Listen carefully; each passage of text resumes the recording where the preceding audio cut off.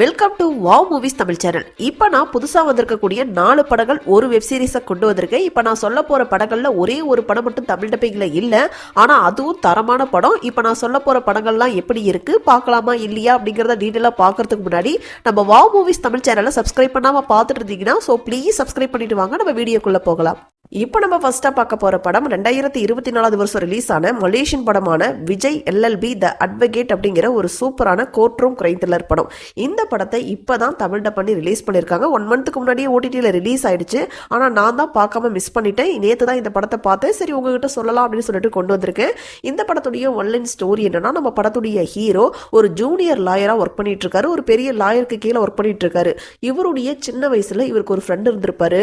அவருடைய சிஸ்டரையும் நம்ம hero love பண்ணதுனால இவருக்கும் அவருடைய ஃப்ரெண்டுக்கும் சில பிரச்சனைகள் வந்து ரொம்ப வருஷமா பேசாமையே இருக்காங்க.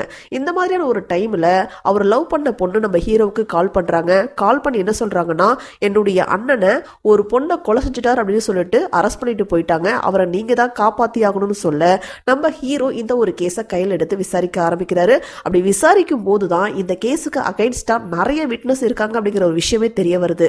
ஸோ டிஃபிகல்ட்டான இந்த ஒரு கேஸை கையில் எடுத்து விசாரிச்சு இந்த கேஸை சால்வ் பண்ணாரா இல்லையா, அவருடைய ஃப்ரெண்டை காப்பாத்தினாரா இல்லையா, உண்மையாவே அந்த பொண்ணை யாரு கொலை செஞ்சாங்க அப்படிங்கறத கண்டுபிடிச்சாங்களா இல்லையா அப்படிங்கிறது தான் இந்த படத்துடைய மீதி கதை. சோ இந்த படத்துடைய பாசிட்டிவ் அப்படின்னா ஹீரோவுடைய ஆக்டிங் அப்படின்னே சொல்லலாம். இந்த படத்துல மோஸ்ட்லி கோர்ட் ரூம்ல நடக்கக்கூடிய சீன்ஸ் தான் வரும். அந்த கோர்ட் ரூம்ல நடக்கக்கூடிய இன்வெஸ்டிகேஷன் ப்ராசஸ்லாம் நல்லா சூப்பராகவே இருந்துச்சு. விட்னஸ் கிட்ட பேசி அவங்க வாயிலேயே உண்மையை வர வைக்கக்கூடிய விஷயங்கள்லாம் சூப்பராகவே இருந்துச்சு. இன்னும் சில இன்வெஸ்டிகேஷன் ப்ராசஸ்லாம் காட்டியிருந்தாங்க. For example botanic forensic, screen, video call witness அப்படின்னு சொல்லிட்டு நிறைய விஷயங்களை காட்டியிருந்தாங்க. அதெல்லாம் நல்லா சூப்பராகவே இருந்துச்சு. ஸோ இந்த படத்துடைய நெகட்டிவ் அப்படின்னு பார்த்தீங்கன்னா, ஹீரோவை தாண்டி மற்ற கேரக்டர்லாம் பெருசாக நடிக்கலையோ அப்படிங்கிறது எனக்கு ஃபீல் ஆச்சு. அதுலேயும் சில விஷுவல்ஸை பார்க்கும்போது நாடகம் பார்க்குற மாதிரியான ஒரு ஃபீல் தான் கொடுத்துச்சு. ஸோ ஓவராலாக இந்த படம் எப்படி இருந்துச்சு அப்படின்னு கேட்டிங்கன்னா, கண்டிப்பாக கோர்ட் ரூம் படங்கள்லாம் பார்க்க பிடிக்கும்னு சொல்கிறவங்களுக்கு இந்த படம் பிடிக்கிறதுக்கான நிறைய வாய்ப்புகள் இருக்குது. அதெல்லாம் நல்லாவே இருந்துச்சு கோர்ட் ரூமில் வரக்கூடிய சீன்ஸ் எல்லாம். ஸோ இந்த படத்தை நீங்கள் பார்க்கணும்னு நினச்சிங்கன்னா ஆஹா OTTல தமிழ் டப்பிங்லேயே அவைலபிளாக இருக்குது. IMDbல 10க்கு 6.9 ரேட்டிங்ஸ் கொடுத்துருக்காங்க. பெருசாக அடல் கண்டெல்லாம் இல்லை, நீங்கள் தாராளமாக ஃபேமிலியோடய பார்க்கலாம். இப்போ நம்ம ரெண்டாவதா பார்க்க போற படம் இப்போ ரீசெண்டா OTTல ரிலீஸ் ஆன கேசரி சாப்டர் 2 அப்படிங்கிற ஒரு சூப்பரான historical court room crime thriller படம்.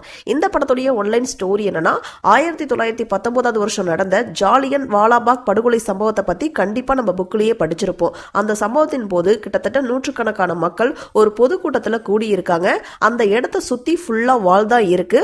ஒரே ஒரு சின்ன ஒரு வழிதான் இருக்கு. அந்த வழியையும் க்ளோஸ் பண்ணிட்டு ஜெனரல் டயர் அப்படிங்கிற ஒரு பிரிட்டிஷ் அதிகாரி அவங்களுடைய சோல்ஜர்ஸோட உள்ள புகுந்து எந்த ஒரு அலர்ட்டையும் கொடுக்காம சரமாரியா பாக்குறவங்க எல்லாத்தையும் சுட்டு தள்ளினாங்க. அதுல சில மக்கள் பயந்து அங்க பக்கத்துல இருந்தக்கூடிய ஒரு கிணத்துல குதிச்சே 120 பேர் இறந்து போனாங்க. இந்த ஒரு சம்பவத்தை எதிர்த்து சங்கரன் நாயர் அப்படிங்கிற ஒரு வக்கீல் கோர்ட்ல கேஸ் போடுறாரு. அவர் என்ன சொல்றாருன்னா, இந்த ஜெனரல் டயர் அப்படிங்கிற அந்த பிரிட்டிஷ் அதிகாரிக்கு சிவியரான பனிஷ்மெண்ட் கொடுக்கணும் அப்படின்னு சொல்லிட்டு ஒரு கேஸை போடுறாரு. அதுக்கப்புறம் என்னென்ன மாதிரியான சம்பவங்கள் நடந்துச்சு அப்படிங்கிறது தான் இந்த படத்துடைய மீதி கதை. சோ இந்த படத்துடைய பாசிட்டிவ் அப்படின்னா, இந்த படத்துல நடிச்சிருந்த 4 கேரக்டருடைய ஆக்டிங் அப்படின்னே சொல்லலாம். ஒன்னு அக்ஷயகுமார், அவரு தான் சங்கரன் நாயரா நடிச்சிருந்தாரு. அவருடைய ஆக்டிங்லாம் வேற லெவல்ல இருந்துச்சு. அதுவும் குறிப்பா கிளைமேக்ஸ்லாம் செம்மையா நடிச்சிருந்தாரு. அவர் நடிச்சிருக்காரு அப்படிங்கிற ஒரு விஷயத்தையே மறந்து ரியலாவே அந்த ஒரு கேரக்டராவே வாழ்ந்திருக்காரு அப்படின்னே சொல்லலாம். அடுத்ததா ஆப்போசிட் லாயரா நடிச்ச மாதவனுடைய ஆக்டிங்கா இருக்கட்டும், அனன்யா பாண்டேவுடைய ஆக்டிங்கா இருக்கட்டும், ரெஜினா கசன்ட்ராவுடைய ஆக்டிங்கா இருக்கட்டும், எல்லாத்துடைய ஆக்டிங்கும் இந்த படத்துடைய மிகப்பெரிய பிளஸ் அப்படின்னே சொல்லலாம். படத்துடைய சினிமோட்டோகிராஃபி, எடிட்டிங், பேக்ரவுண்ட் மியூசிக் எல்லாமே சூப்பராகவே இருந்துச்சு. அதுவும் ஸ்டார்டிங்ல ஒரு 5 மினிட்ஸ் இந்த சம்பவத்தை காட்டுவாங்க. அதெல்லாம் வேற லெவல்ல இருந்துச்சு. ஸோ இந்த படத்துல வரக்கூடிய கோர்ட் ரூம் சீட்ஸ்லாம் வேற லெவல்ல இருந்துச்சு. கண்டிப்பா கோர்ட் ரூம் கிரைம் த்ரில்லர் படங்கள்லாம் பார்ப்பேன் அப்படின்னு சொல்றவங்க இந்த படத்தை தவறாம பாருங்க. சூப்பரான படம், மஸ்ட் வாட்ச்னே சொல்லுவேன். இந்த படத்தை நீங்க பார்க்கணும்னு நினைச்சீங்கன்னா ஜியோ ஹாட்ஸ்டார்ல அவைலபிளா இருக்கு. ஆனா தமிழ் டப்பிங்ல இல்ல, இங்கிலீஷ் சப்டைட்டில்ஸோட மட்டும் தான் இருக்கு. IMDbல 10க்கு 8.1 ரேட்டிங்ஸ் கொடுத்துருக்காங்க. அடல் கண்டென்ட் இல்ல, ஆனா வயலன்ஸ் இருக்கு. அதுக்கேற்ற மாதிரி நீங்க பிளான் பண்ணிக்கீங்க.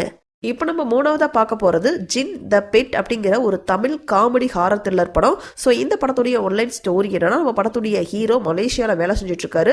அவர் ஒரு கடைக்கு போகும்போது ஒரு வித்தியாசமான ஒரு பாக்ஸை பார்க்குறாரு. அந்த பாக்ஸை தொட்ட உடனே அவருக்கு ஒரு நல்ல விஷயம் நடக்குது. சரி அந்த பாக்ஸை நம்ம வாங்கலாம் அப்படின்னு சொல்லிட்டு கடைக்காரர்கிட்ட கேட்கும்போது அவர் என்ன சொல்றாருன்னா, அந்த பாக்ஸில் ஜின் அப்படிங்கிற ஒரு பேய் இருக்கிறதாவோ, இந்த ஒரு ஜின் நல்ல ஜின் தான், இதை வீட்டில் எடுத்துட்டு போய் பெட்டா வளர்த்தோம் அப்படின்னு சொன்னா நமக்கு நிறைய நல்ல விஷயங்கள் நடக்கும் அப்படின்னு சொல்றாரு. ஸோ இதை இதை கேட்ட உடனே நம்ம ஹீரோவும் அந்த பாக்ஸை எடுத்துட்டு அவர் சொந்த ஊரான சென்னைக்கு வராரு. அங்க வந்ததுக்கு அப்புறம் இவருக்கு அவருடைய ஃபேமிலிக்கும் என்னென்ன மாதிரியான சம்பவங்கள் நடக்குது, அவங்க சொன்ன மாதிரி அந்த ஜின் உண்மையாவே நல்ல ஜின் தானா அப்படிங்கிறது தான் இந்த படத்துடைய மீதி கதை. ஸோ இந்த படத்துடைய பாசிட்டிவ் அப்படின்னா படத்தில் ஸ்டார்டிங் 5 மினிட்ஸ் ஒரு ஹாரர் சீக்வன்ஸை காட்டுவாங்க. அது ஓரளவுக்கு நல்லா இருந்துச்சு. பாலசரவணனுடைய சில டைமிங் காமெடி ஓரளவுக்கு ஒர்க் அவுட் ஆகிருந்துச்சு. 2 புராண கதை, அதாவது ராஜா காலத்து கதையை சொல்லுவாங்க, அதை காட்சிப்படுத்தின விதம் ஓரளவுக்கு நல்லா இருந்துச்சு. ஸோ இந்த படத்துடைய நெகட்டிவ் அப்படின்னு கேட்டிங்கன்னா ஹீரோவுடைய ஆக்டிங் ரொம்பவே ஆர்டிஃபிஷியலாக இருந்துச்சு. சிஜி ஒர்க்காக இருக்கட்டும், விஎஃப்எக்ஸ் ஒர்க்காக இருக்கட்டும், ரொம்பவே சுமாராக தான் இருந்துச்சு. கிளைமேக்ஸில் வரக்கூடிய அந்த சீன்ஸ் எல்லாம் பார்க்கும்போது ஏதோ கார்ட்டூன் படம் பார்த்த மாதிரி ஒரு ஃபீல் வந்துச்சு. ஸோ ஓவராலாக இந்த படம் ஒரு பிலோ ஆவரேஜான படம் தான். இந்த படத்தை நீங்க பார்க்கணும்னு நினைச்சீங்கன்னா சன் நெக்ஸ்ட்ல தமிழ்லயே அவைலபிளா இருக்கு. IMDbல 10க்கு 7.8 ரேட்டிங்ஸ் கொடுத்துருக்காங்க. பெருசா அடல் கண்டெல்லாம் இல்லை. நீங்க பார்க்கணும்னு நினைக்கிறவங்க ஒன் டைம் ட்ரை பண்ணுங்க. இப்போ நம்ம 4வது பார்க்க போற படம் 2022 வருஷம் தமிழ்ல ரிலீஸ் ஆன யூகி அப்படிங்கிற ஒரு மிஸ்ட்ரி த்ரில்லர் படம். இந்த படத்தை இப்பதான் OTTல ரிலீஸ் பண்ணியிருக்காங்க. இந்த படத்துடைய ஒன்லைன் ஸ்டோரி என்னன்னா, ஒரு டிடெக்டிவ் டீம் கார்த்திகா அப்படிங்கிற ஒரு பிரெக்னன்ட் பொண்ணு காணாம போயிருப்பாங்க. அந்த பொண்ணு சில காரணத்துக்காக தேடிட்டு இருப்பாங்க. ஸோ அதே பொண்ணை ஒரு போலீஸ் டீமும் தேடிட்டு இருக்காங்க. இதுக்கு நடுவுல ஒரு நடிகர் மர்மமான முறையில் அவருடைய வீட்டில் கொலை செய்யப்படுறாரு. இந்த ஒரு கேஸுக்கும் அந்த மிஸ்ஸிங் கேஸுக்கும் என்ன தொடர்பு அப்படிங்கிறது தான் இந்த படத்துடைய மீதி கதை. ஸோ இந்த படத்துடைய பாசிட்டிவ் அப்படின்னா இந்த படத்தில் நடிச்சிருந்த எல்லாத்துடைய ஆக்டிங்கும் சூப்பராக இருந்துச்சு. சினிமோட்டோகிராஃபியும் ஓரளவுக்கு நல்லாவே இருந்துச்சு. இந்த படத்துடைய நெகட்டிவ் அப்படின்னு பார்த்தீங்கன்னா படத்தில் நிறைய ட்விஸ்ட்டுக்கு மேலே ட்விஸ்ட்டாக கொடுத்து திகட்டுற அளவுக்கு கொடுத்துருந்தாங்க. பரபரப்பாக படம் ஸ்டார்ட் ஆனது எல்லாருமே சுற்றிட்டு இருக்காங்க. ஆனால் பார்க்குற நமக்கு தான் அந்த த்ரில்லிங் ஃபீலே வரல. ஒரு சிம்பிளான ஸ்டோரியை எடுத்து அதை 2 ஹவர்ஸ்க்கு மேலே எடுத்து வச்சிருக்காங்க. அதை கொஞ்சம் ட்ரிம் பண்ணி ஸ்க்ரீன் பிளேவை இன்னும் கொஞ்சம் சுவாரஸ்யமாக கொடுத்துருந்தாங்க அப்படின்னா இந்த படம் ஓரளவுக்கு நல்லாவே இருந்திருக்கும். இது ஒரு ஆவரேஜான படம் தான். இந்த படத்தை நீங்கள் பார்க்கணும்னு நினச்சிங்கன்னா ஆஹா OTTல தமிழ்லேயே அவைலபிளாக இருக்குது. IMDbல 10க்கு 6.7 ரேட்டிங்ஸ் கொடுத்துருக்காங்க. பார்க்கணும்னு நினைக்கிறவங்க ஒன் டைம் ட்ரை பண்ணுங்க. இப்போ நம்ம லாஸ்ட்டாக பார்க்க போகிற வெப் சீரிஸ் இப்போ ரீசெண்டாக OTTல ரிலீஸ் ஆன ஹாலிவுட் வெப் சீரிஸான வாட்டர் ஃப்ரண்ட் அப்படிங்கிற ஒரு சூப்பரான கிரைம் த்ரில்லர் வெப் சீரிஸ். இந்த வெப் சீரிஸுடைய ஒன்லைன் ஸ்டோரி என்னன்னா, ஃபிஷிங் ஃபேமிலி அப்படின்னு சொல்லி ஒரு ஃபேமிலியை காட்டுறாங்க. அப்பா, அம்மா, ஒரு பொண்ணு, ஒரு பையன். ஸோ இந்த பையன் என்ன பண்ணுறாரு, அப்பா வந்து ஹார்ட் அட்டாக் அப்படிங்கிறனால ரெஸ்ட் எடுத்துட்டு இருக்கிறனால அந்த பிஸ்னஸை இவர் தான் ஹேண்டில் பண்ணிட்டு இருக்காரு. அப்போ அப்பாவுக்கே தெரியாமல் அவருடைய கப்பலில் இல்லீகலாக ட்ரக் எல்லாம் வந்து கடத்திட்டு இருக்காங்க. ஸோ இந்த ஒரு விஷயம் போலீஸுக்கு தெரிஞ்சு பையன் போலீஸ்கிட்ட மாட்டிக்கிறாரு. இப்போ அப்பாவுடைய என்ட்ரி உள்ள வருது. அவர் வந்ததுக்கு அப்புறம் இந்த ட்ரக் வேர்ல்டு அப்படிங்கிற அந்த ஒரு வேர்ல்டுக்குள்ள அவங்க ஃபேமிலியே உள்ள வராங்க. அதுக்கப்புறம் என்னென்ன மாதிரியான பிரச்சனைகள் இந்த ஃபேமிலிக்கு வருது அப்படிங்கிறதா இந்த படத்துடைய மொத்த கதை.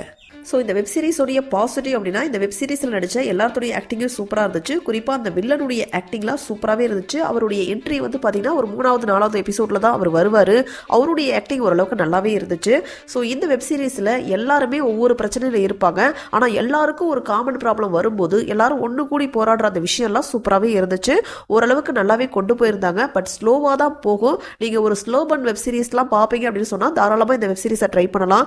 இந்த வெப் சீரிஸை நீங்கள் பார்க்கணும்னு நினச்சிங்கன்னா நெட்ஃப்ளிக்ஸில் தமிழ் டப்பிங்லேயே அவைலபிளாக இருக்குது. IMDbல 10க்கு 6.7 ரேட்டிங்ஸ் கொடுத்துருக்காங்க. அடல் கண்டென்ட் இருக்குது. ஸோ ஃபேமிலியோட பார்க்குறத அவாய்ட் பண்ணிக்கோங்க. ஸோ இதே மாதிரி சூப்பரான படங்களை பற்றி நீங்கள் தெரிஞ்சுக்கிறதுக்கு நம்ம வாவ் மூவிஸ் தமிழ் சேனலை மறக்காமல் சப்ஸ்கிரைப் பண்ணுங்கள், லைக் பண்ணுங்கள், ஷேர் பண்ணுங்கள், கமெண்ட் பண்ணுங்கள். தேங்க்யூ.